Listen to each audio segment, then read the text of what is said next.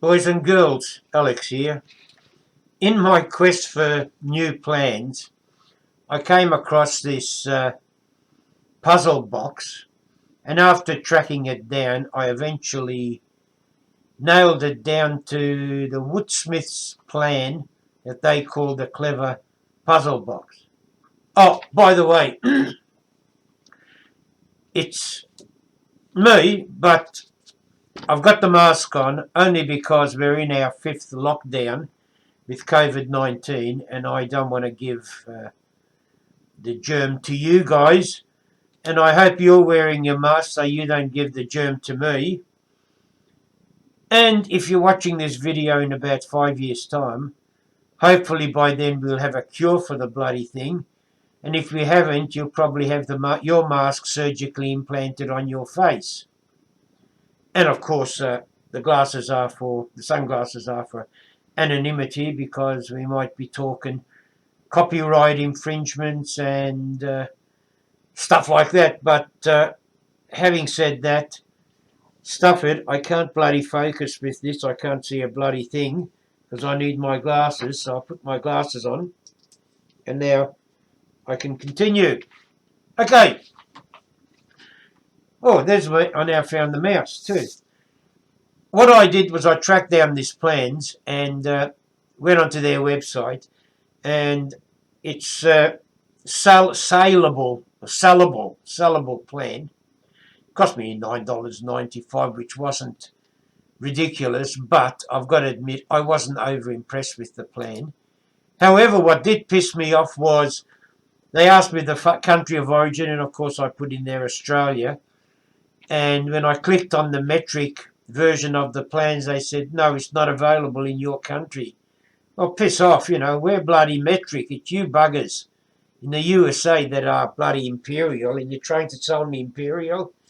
Anyway, by that time I've already bought I finished up buying the bloody thing. I thought, well, in SketchUp I can enter it in imperial and convert it to metric. But anyway, a couple of emails, because I couldn't download the plans, a couple of emails later I finished up getting the plans, and I finished up getting it in metric. However, I found, well, look, the plans are the typical woodworking plans that you get in all magazines. After playing around with Toys and Joy's plans or blueprints, and having been involved with quite a number of Dutchies, and I'll have a link to his website down there in the comments, to Dutchie's plans, which I think are just bloody professional. Look, anybody that's done his models virtually say the guy built it for him in the plans. They're really good. But anyway, because of that, I thought this was a bit basic. Well, I didn't like it. Having said that, though, I always import my plans, no matter how good they are or bad they are, into SketchUp, which now leads me into SketchUp. Hang on, which button? Here we go. We press a button, go into here, and we're in SketchUp. Now, the plans have been imported into SketchUp. Now, look, I'm no bloody goody two-shoes. I've probably pinched enough Playboys out of newsagents or whatever when I was a young kid, and whatever. No, I want nothing else I'm going to own up to. Sorry. No, we didn't see that. No, I should have left the glasses on. Anyway, as I said, I'm no goody two-shoes. However, there is copyrights, and not that I'm going to worry about getting arrested, but more so, I am just pissed off with the fact that I go and pay for the bloody plans and then give them away to other people for free. I don't want to charge anybody, far from it. I'm not interested in charging anyone. I'll never get rich by selling a bloody plan to someone. But I would respect it if they had the plans, if they bothered to pay a few shekels for the plans, then they're more than welcome to my copy of the SketchUp model. And that holds everywhere. With any plans that I import, I don't make the plans available. However, with this in SketchUp, the measurements are available, which basically means you can plagiarize it. And look, I just don't think it's fair fair on me because I paid for the bloody thing. But anyway, beside the point. We're in SketchUp.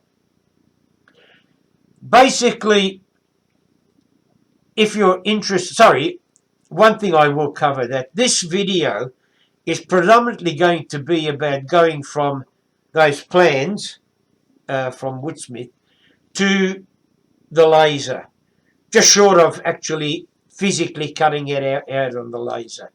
Now, if you're not interested in the technicalities, look, you probably haven't got any of the stuff I have, and personally, if you're not interested, there's nothing else I can say other than piss off, or hit the stop button if you see, don't like it, or fast forward to get to the end so you can then say, I've watched it, but I don't know. But it's not going to be technical, but I'll be telling you, basically, the software I use and how I go about it, if for no other reason than to let people know that it doesn't just magically come in one end and out the other. There's a lot of shit going on in between. Okay, firstly, I use SketchUp. I've got I'm licensed for the latest version, though I don't run the latest version.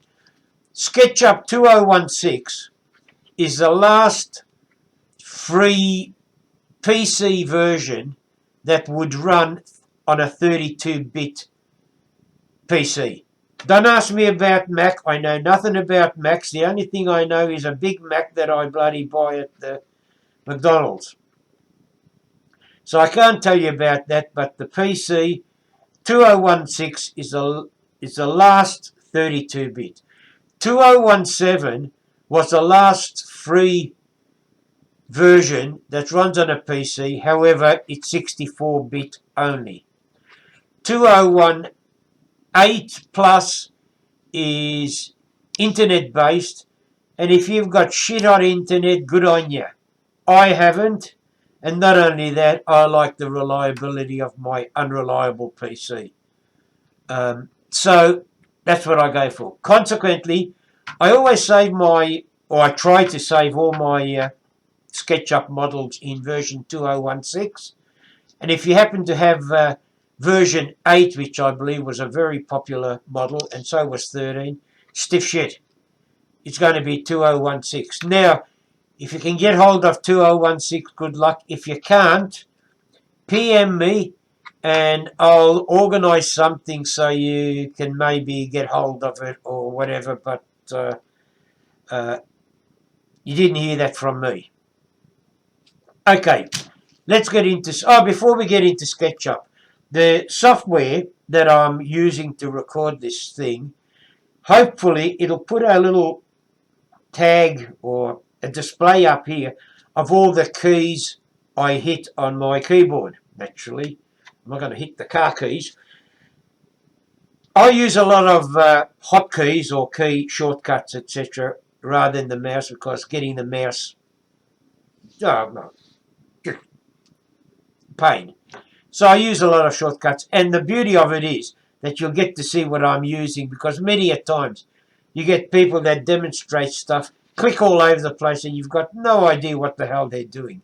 That's why you'll find that when I click somewhere, hopefully the mouse radiates a little yellow sun thing, so you'll know what I've hit. Anyway, couple of things in SketchUp. You look, if you don't know anything, if you know it, good luck to you. If you don't know anything about it, but are a thrill seeker and prepared to load it up and give it a try, couple of things that you need to know. And if you go down to camera, there's these 3 commands: O for orbit, H for pan, Z for zoom. O gives you an orbit, little thing there, you can see it. If you hold the left mouse button, you can spin the item around all over the place, as you can see. Terrific. H gives you a hand. Holding on the left mouse button, you can move it around. And Z, with the left mouse button, let you zoom in, zoom out. However, if you're adventurous, hang on, I've got to bring back the cursor. If you hit the middle button, that's a middle mouse button, not your belly button, the orbit tool comes up, and you're holding the middle mouse button, you can zip around like that. Alternatively, well, not alternatively, but you can hold the middle mouse button, hit space, and that'll give you the pan. Why the hell it's H for hand, but they call it pan? Why don't you get a bloody fry pan there instead, like you do with the zoom? That looks more like the fry pan. Anyway, I'm digressing. So, orbit with a shift, and for the zoom, using the middle mouse button, you can zoom in and out. Now, you notice I clicked on this thing here, which is, if you zoom, you'll have to zoom in because I can't. It's called a WS box or whatever. This is what they call, well, I call it, I don't really know what the formal name is a scene ribbon. It's a ribbon that notates all the scenes you've defined in SketchUp. You click on each one and it'll progress to the next scene that you've trapped. You trap the scene by, hang on, Alt-L, with one of these little doovalakis here. That's to add a scene, subtract the scene, and update the scene, and it has all that other shit. But I'm just saying that that's what you can do. But I'm not here to teach you that. But these are the scenes, and you can move around. Rather than just click on that, you can actually use the page up and page down buttons to navigate from one scene to the other. Now, I'll let you play around with that. I'm not here to teach you and figure out which way it goes. And that's about it for my lesson into SketchUp. Other than, you'll notice when I hit the zoom, this is now version 3. I'll go into later why this is version 3, but that's what it is. And, oh, holy shit. Look, guys. My glasses are fogging up. My mouth is getting dry. I need a piss. I'm going to take the mask off. Come back without this stupid little picture in there whereby I don't have to comb my hair again. And yeah, so I'll come back and just have the normal thing without this bullshit. Okay, back again. Got rid of the mask. Now I can breathe. My glasses won't fog up, and I can, for a lack of a better word, scratch my nose without you seeing it. Okay, as we've gone through, we scroll that. We can hang on. Where are we? We can PF or not PF, page down to scroll down, and they're just diagrams I've written up. That's the bottom, the dividers, bottom and the divider. The way I do it is I actually put in whatever part I'm doing, and then I add it to this thing to build up the picture. Now this is where we make our first major, we make our deviations everywhere, because while the plans call for this to be made out of solids, I'm laminating it out of MDF. And this next picture is a perfect example of how I convert a solid side like that with all the dados and grooves and trenches or whatever the hell they're called. Pardon me. I always get a hoarse throat when I'm talking. No, it's not COVID.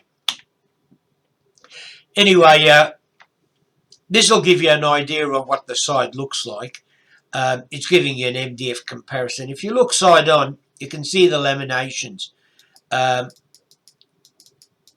This is now layer 1, layer 2, layer 3 to make it up. Let's get back to where we were. Where are we? Here we are. Sorry, guys. By the way I'm doing this, it looks like this video is going to drag out. Anyway, The next one is the actual explosion of that thing. It'll give you an idea of what is required, and you'll notice that these little long lanky bits, try again, have to be glued on to that back part there. Alright, that part there. And then that gets glued on. These gets aligned by the 6mm dowels, bit reinforced by a 2mm toothpick, not a dowel. I've actually found perfect 2mm diameter toothpicks. And really, and as you can see, the dowels are used for alignment. And that's it. Now, this would be in all the pictures. However, I haven't bothered to MDFize it for everything. I've just given you an example of this, and I'll also sort of give an example where I've changed the plans. Let's get rid of that. Go there, which is now adding on the sides. This was the original back. As you can see, it's just a straight out one piece, or one face back. However, I revised the back. The main reason is that I had sort of like, and I'll go on to that when I talk at the front, but basically I needed 2 layers for the face. And I thought, well, why not make the back look like the front?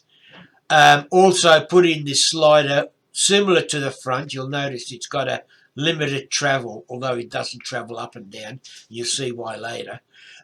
However, it looks more like a front, and it sort of adds that extra level of not complexity but confusion, which, hey, why not?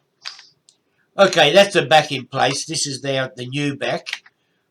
The top, nothing major. It's got this bevel on the front. I've got no idea why that's actually there. And then maybe it might slide. No, I don't know why. Because I haven't got it and it works okay. Top on. Now this was the original front. You'll notice the original front has this key here, which is sort of like a slider. Let's do a move like that, as you can see. Now, on the back, whoop, moved it too far. There's this little unit that will limit its travel. And as I said, that's the original design. Let's get out of this. Oh, come on. And this is, sorry, I forgot to mention, sorry. The original design required for a single layer a dovetail, a sliding dovetail. And that'll, just to keep it within those 2 pieces. Now, I can't do beveled cuts on the laser. The laser is strictly a 90 degree straight up or down or vertical cut. I can't do an angled cut. So I had to devise a different front. That's it in place. And I came up with this one, which basically added 2 layers. And I converted that sliding dovetail into this 2-layered key. Here we go. And I added this, because of this 2-layered key, if you have a look, I'll move it out. It slides in there, and I naturally had to have this retainer thing in. So I virtually needed, as I said, 2 layers to depict the front. Oh, that's, God, pardon me. And that's a front in place. A look-see through it. This is a solution. The front key, you move sideways. There you have it, sideways. Then you move the whole front down a couple of mil, just enough to have enough room for the top to slide out, but that's as far as it'll go. Then you look at the back, because what's happened is there's this little retainer part there where this back bit of the back bit slides into, and that stops the back from moving up or down. Having moved the... Oh, come on. Why? Never works. Well, sorry, it's all right. Escape is supposed to get me out of an edit session. It just doesn't do it. Anyway, the fact that I've moved that top forward, this back can now, well, is capable of moving. So we can now move the back down. Once the back is down, we go back to the top and move the top right out. Now you can either just leave it there or just take it off, and ta-da, you've got your contents of your box. Now we go into the laser part of the things. What I have done is I've taken each piece. Now, as you saw with the side, I had the different layers. So all I did was just take the top cutting of it and do it. Now, what I actually did with the, well, some of them I did, some of them I didn't. What I actually did with the bits that were solid, I just took a profile of each layer. Well, what was layer? Layer I chose by the dados and trenches that it had in there, and split them up into their separate components. Nearly everything had 3 components except for the front and back, because they had finished up with all these extras because of this sliding key. All right, enough of that. Let's move on. The sides, as you can see, there's the little bits there. Hang on, there, that will eventually get glued onto that piece.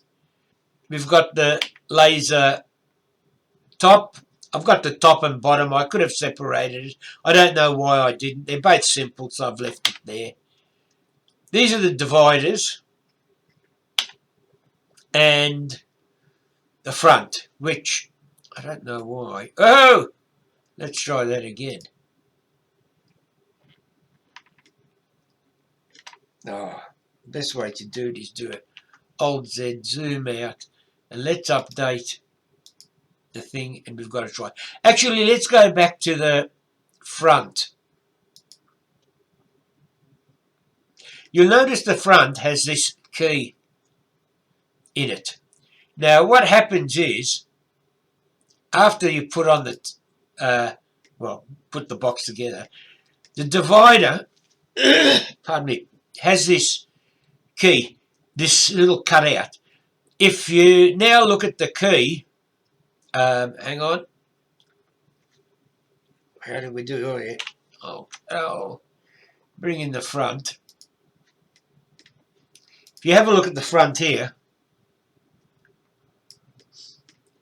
you've got that actually slides along there, which will give you the sideways movement of that key. Because bear in mind, the rest of the front is still held in to the box by these tongues.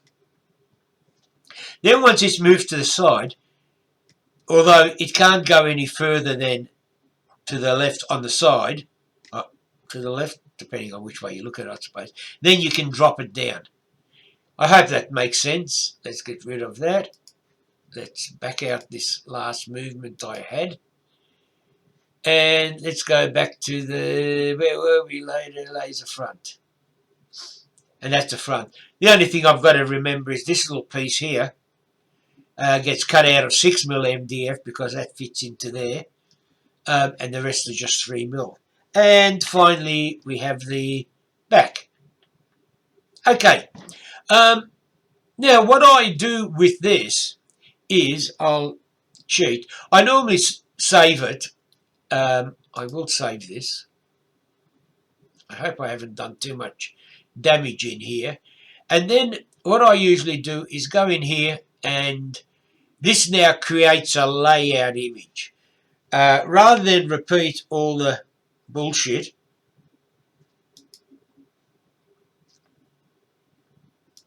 we'll go in and grab the layout. I should have had this up. MDF layout. Oh, look, I'll go with this one.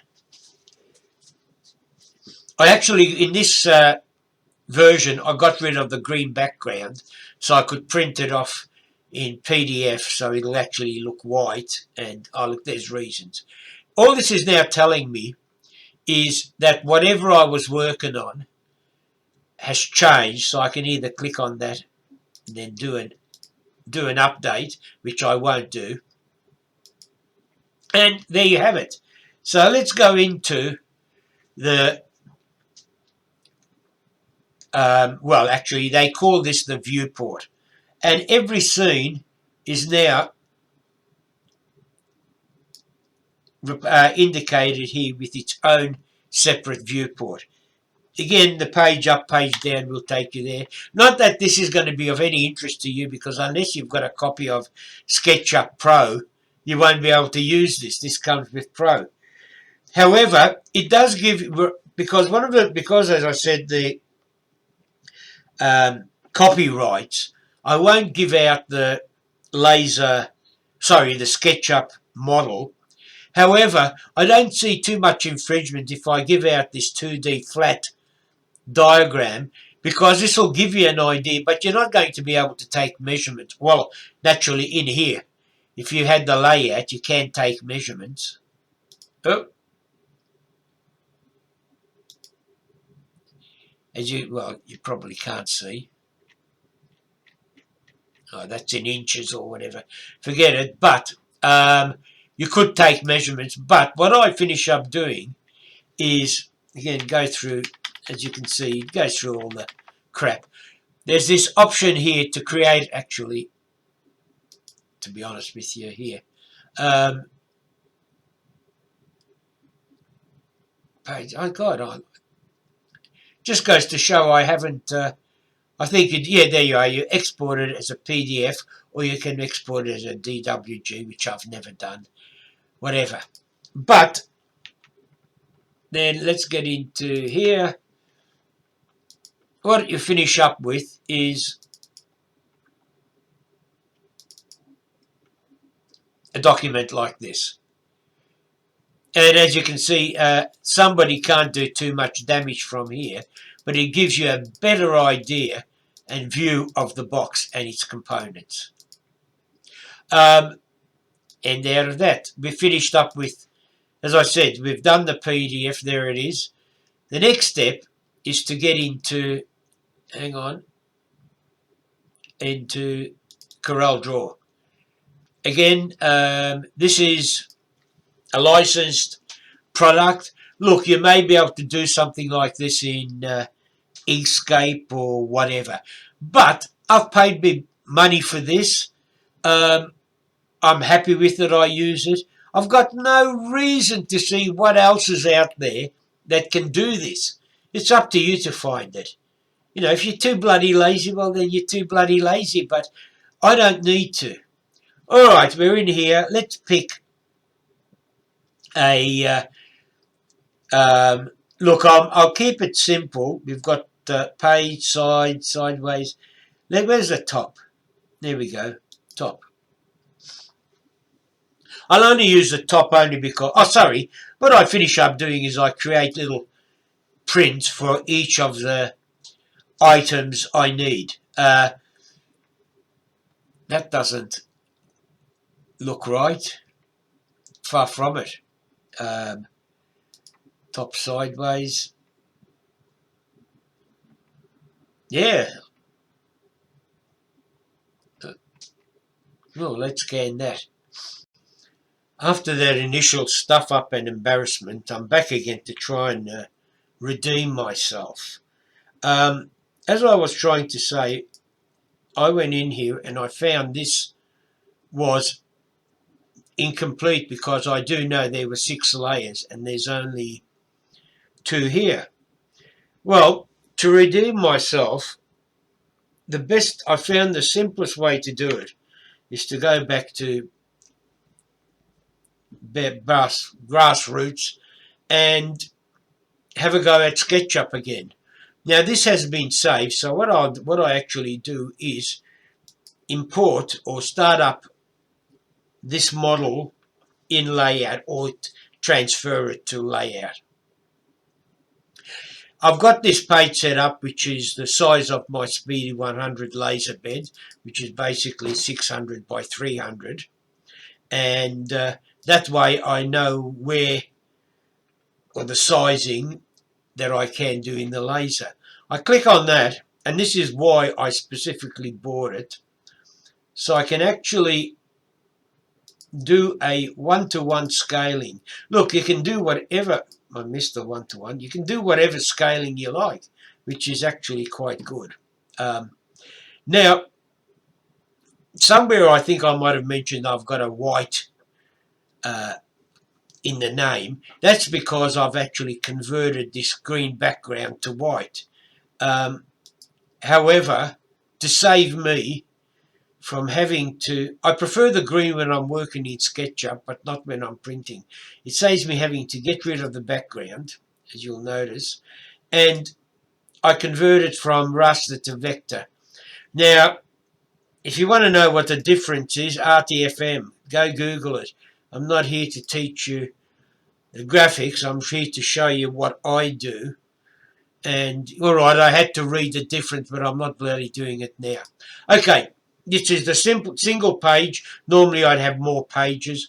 What I then do is put this out to a PDF, export PDF. I've got a hotkey up here for it, but I'll go the long way. It's already been set up. Now, what I finish up doing is, as you may notice here, I've got all the different directories for what I store. Corel, which is this, JP, any pictures, layout, which is the layout part of SketchUp. Miscellaneous is where I store all my, well, miscellaneous stuff, but things like photos, DXG files, etc. PDFs are self-explanatory. SketchUp and Trotec, which is my laser stuff, and you'll see it in afterwards. Anyway, this goes into PDF. Oops, try again. Click on that. Oh, Jesus, sorry. And it's going to be the laser side. So we click on that, export. It already exists because, as I said, I've done it previously. This is just to show you what I do. Save that, and then I save this. Because this is a new file, it'll ask you where to save it and save it as what.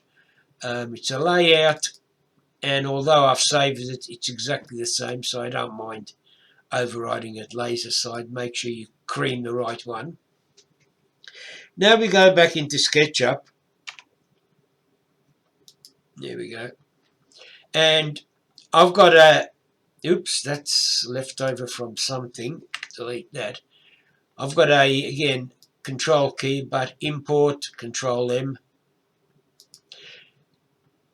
And you import the PDF, laser side. Now, normally this dialog would come up with what pages you want. There's only one page, so the decision's easy, even for me. Now, for whatever reason, all this other shit is generated because it is a vector file, and it's trying to make sure everything, every little nook and cranny is covered. However, I found that what I need to do, and I hit control, is just pick these ones that haven't got one of these little squiggly thingies around it, which is really just a single line impression of it. I delete that, and that I've got no idea what color by default, but I normally hit it with red. However, you probably haven't noticed, but I did realize, and this is why it was a learning exercise, two parts were missing. So I'll do that again.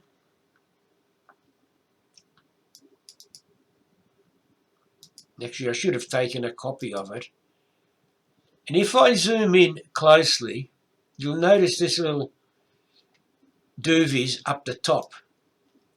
this one and the one down the bottom haven't been included, but they're exactly the same. So I'll only take one copy and get rid of this shit. Put it back in again, and as you can see, it's made up of a stack of little curves, and that's because the circle wasn't just a single line, it was just a little segment.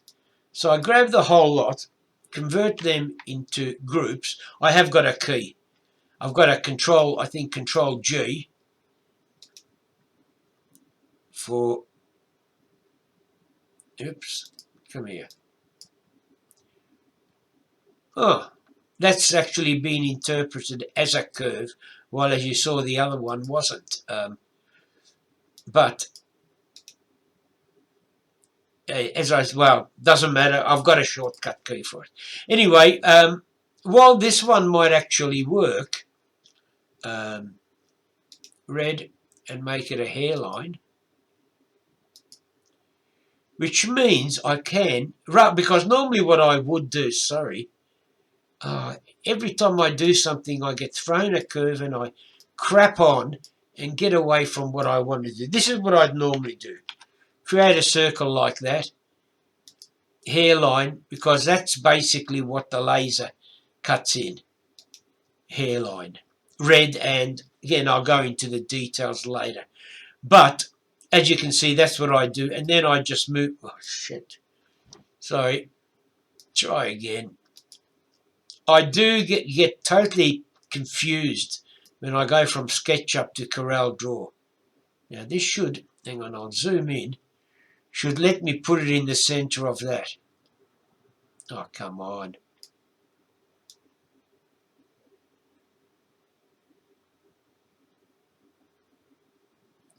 I'm surprised it hasn't.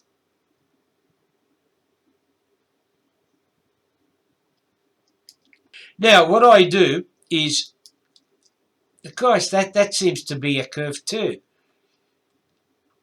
This is totally, no, you see, it's made up of 3 lines. I don't want that.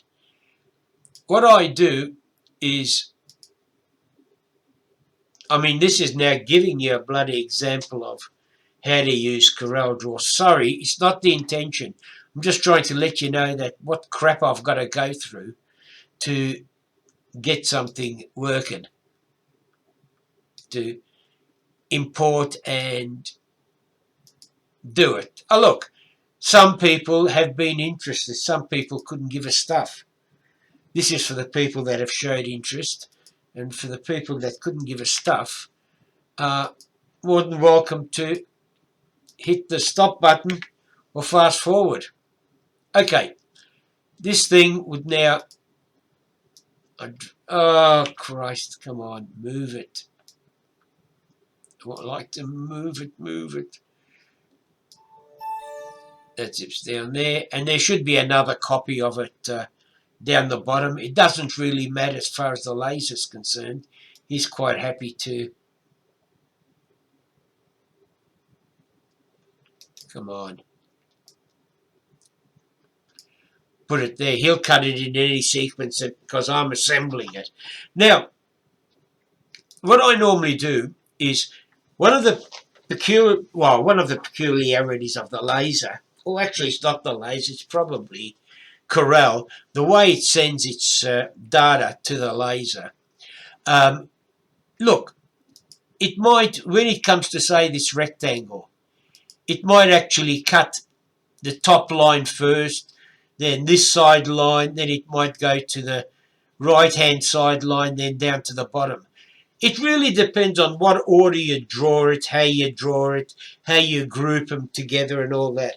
But it could be all out of sequence. And also with these circles.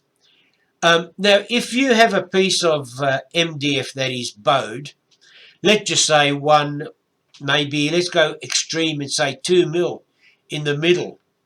The laser will cut through it, no problem.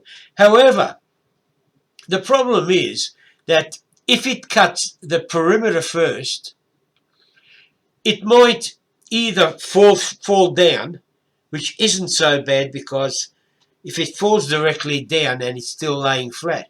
But if it gets hung up on one edge and the other edge drops 2mm down, when it comes to cutting these circles, it's not going to cut them, well, it's going to cut them vertically, but in respect to the previous cut, it won't be vertical. It'll be on a bevel. It might only be a 1 degree or 0.5 degree, but it's still a bevel, and it's not perfect. And the laser is 100% accurate.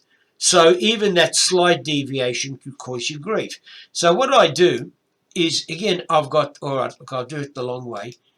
Break curve apart, which breaks it into its little components. And then I group them. And then in the group, what I do is I mark the perimeter as blue. Now the laser will effectively cut red first, followed by blue. More on this later. So you can see that the hole's already been cut. So if that piece falls out or falls down, even at an angle, the holes have been cut. They're in the right spot. And I do the same for this one, but I've got keys for that, so I'll do it quickly. I haven't got quick key for that. And for this one, I'll do, again, oops, I'll just make that blue. Sorry, I'll group it, make it blue for the exercise. Now then what I would do, I don't like spaces between things, and not only that, when I cut that line, it'll burn, some of its burn marks might go onto that surface and vice versa. So what I like to do is get rid of all these gaps where I can, and not only that, I'm saving material. Not that 0.5 millimeter is going to matter, but I do. All right, now here we go. Move this across as well until it's on there. Again, the problem is the laser will cut this twice, and I don't want that. To make sure it only cuts once, I'll usually take look, you've got to decide where and how you're going to delete lines. But what I normally do is take this one. I'll do a Control-C, which is a copy of it. And I've got this knife here, Virtual Segment Delete. I'll click on that and get rid of that line, which would be normally duplicated, and that line. However, what was left, I will then delete and do a Control-V of what was the original diagram. So you'll see that it'll make that cut, but it'll only make that cut once. Then group it together. And then we don't need this shit here. What size is this? 209 by... Actually, I don't know where he got that 0.0001 in there. I mightn't have lined up the nodes 100%. Look, I'm not going to worry about that. It's not going to matter. But at the end of the day, I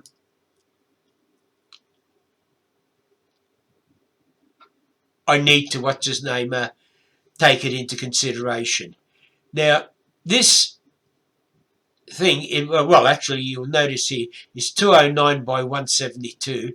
So what I do is I make my page 210 by 173, which is 1 millimeter bigger each way than that. Then I'll center that, and you'll find it'll have a 0.5 mil margin, which potentially might mean I'll waste 0.5 mil of timber. I don't care about that. But anyway, it's 210, 173. What I then do is send it to the printer. Now, in this case, it's the current page. The printer I use is the Trotec engraver.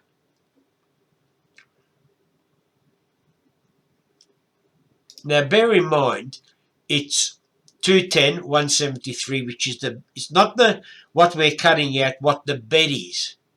It's actually what the bed size is. Oh, look, I can make that exactly on the margin, but I prefer to cut around and leave a perimeter, a rim around it, wasted, then cut exactly. But anyway, that's the way I do it. So it's 210, 173. Go into Preferences, 210, 173. The material I use is 3mm, and I'll show you more about this later. I've got a whole swag I can pick, but it's 3mm to once again. We won't worry about that. Like that. Print. Usually a dialog comes up telling me what do you want to call the job, and I usually put in there what is like it's a WS side, the size of it, so I'll know later what size it is and apply it. This is the Trotec job thing. I bring that up. That's the one. Now, you notice here all this different things. Now, this is the setting material. Now, the one I've currently got is 2E, which means 2 engrave passes, 1 cut pass. And the 2 engrave passes is here. Black is always in, well, it's not always engraved, it's what you nominate, but traditionally, that's what it is. You've got this pull down menu, and you can say it's either an engrave, cut, skip. I don't even know what positioning is. I should RTFM. But it then follows this sequence. So it's green, red, blue. I got no idea what color, what that color is. I've never used it, but that's what Trotec's default is. I like to stick to the 255 combination of numbers. Turquoise, green. I don't think I've ever used. I can't remember using any of these. I have used, I think I have, but not that often. Yellow I do use, orange I don't, and then mauve. So it's really mauve, yellow, and these ones up here. But that's beside the point. And this tells you what that it's a cut. And it's just organising the sequence of cuts, and you colorize it. So you make sure pieces don't drop down that you've then got to engrave over. I'll cancel out of that. But then, bear in mind that at the moment, what I would normally do is connect to the laser. That will turn into a print button, and I can then print it. But naturally, the laser's in another room. So what I usually do is save this file, and then eventually go into the laser room, and this would be sort of like a front. I don't know, no it's not, it's a side. And I don't know why I had 208 in there. I'll have to check that out, but that's beside the point. And then I'd save it, and that'd be it with the name. And actually I'll delete the job here because it'll then try and save it as something.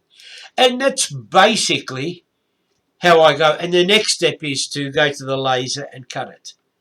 So there you have it. And for all you skeptics, this is just to prove that it is really me. There you are. There's the box. Although if you followed it closer, you'll notice it hasn't been painted. And hopefully the video showing the box will have it painted black. And, well, you'll realise that the video of me with the box was taken before this video, unless you own a DeLorean. And even then, the other video will probably be a black box, not a MDF box. Anyway, uru boys and girls, and keep safe.